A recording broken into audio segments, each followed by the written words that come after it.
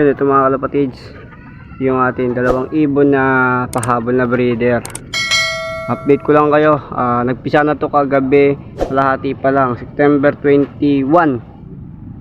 Pero ang bilang ko dito 22 na, dahil kahapon na hindi pa full pisa, kalahati lang talaga. Ayan yung shell nila. Ito, pakita ko sa inyo mga kalapatids.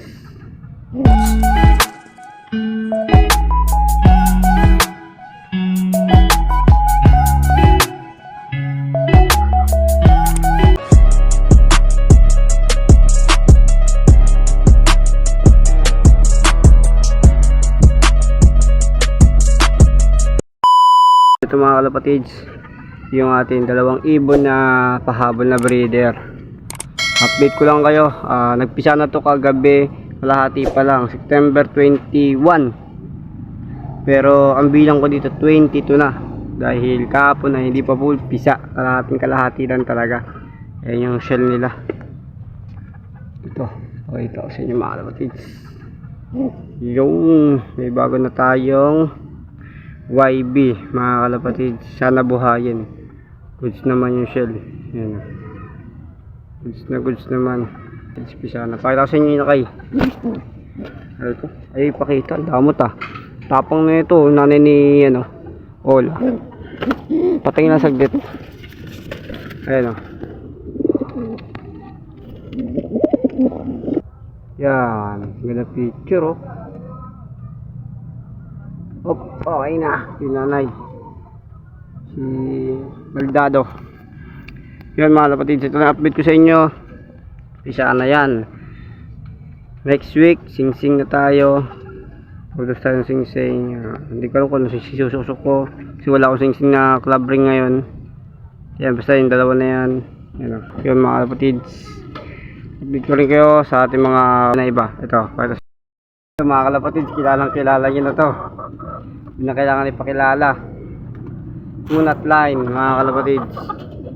Yan, bali yung asawa na ito dati, hindi ko nagustuhan yung kanilang pag pair, kaya kinalas ko muna mga kalapatids. Yan kunat line, ang ganda ng tignan nyo naman yung balahibo. Hindi ko masyadong nakawakan dahil hindi rin sa atin yan. Sobrang tagal na itong ibon na to. Dapat nakaraan binalik ko na to. Ang sabi ng core ang dati ng NHPC, mga pinaka-may-ari niya, paanakin ko daw muna dahil nga wala talaga ako nakuha. Yung anak niya na si Kunat din, namatay yun mga kalapatids. Alam nyo naman yun, namatay yun sa training natin. Yung nagka-itlog shot, tapos nagki-training tayo, namatay.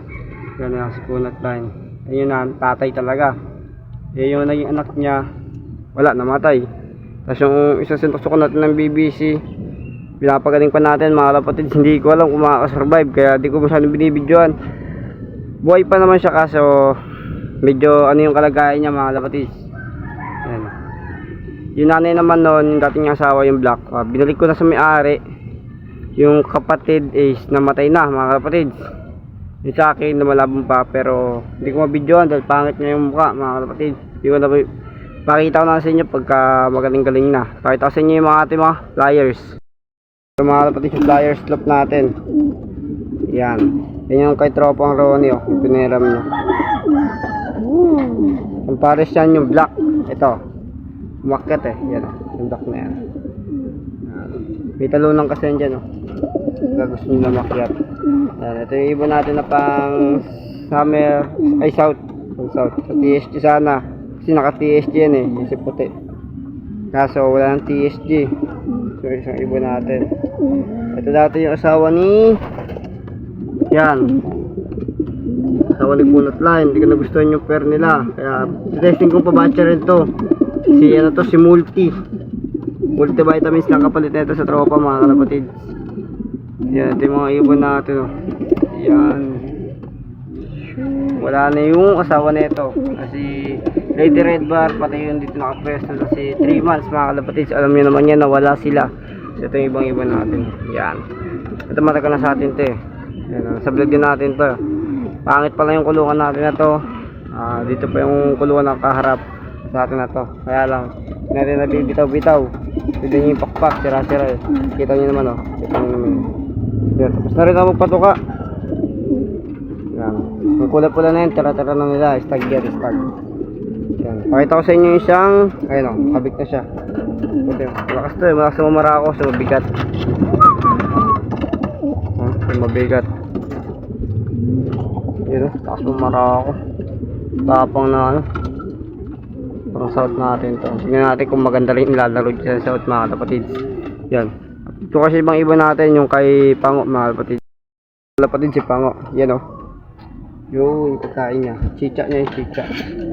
Yan yung chicha niya. Pango. Ayan sila. Yan si Pango mga kapatid. Yan. Okay. Makain-kain po. Ganda ng buhay ah. Makahiga. Kumakain-kain ah. Haya-haya. Yan yung kanyang asawa. Yan yung kanyang anak. So isa natin na ibon na naka-BBC na namatay. Yung singsing nun, sinuksok ko doon kagad. Sakto mga 2 days bago mamatay yun, nagpisa to. Tapos 1 week, wala nang ibon, di ba? Binigay ko kagad yung singsing. Humigasan ko lang. Linis ko lang mga kapatid yung tubig niya. Yun mga kapatid, hanggang dito na lang muna tong video na to. Peace out.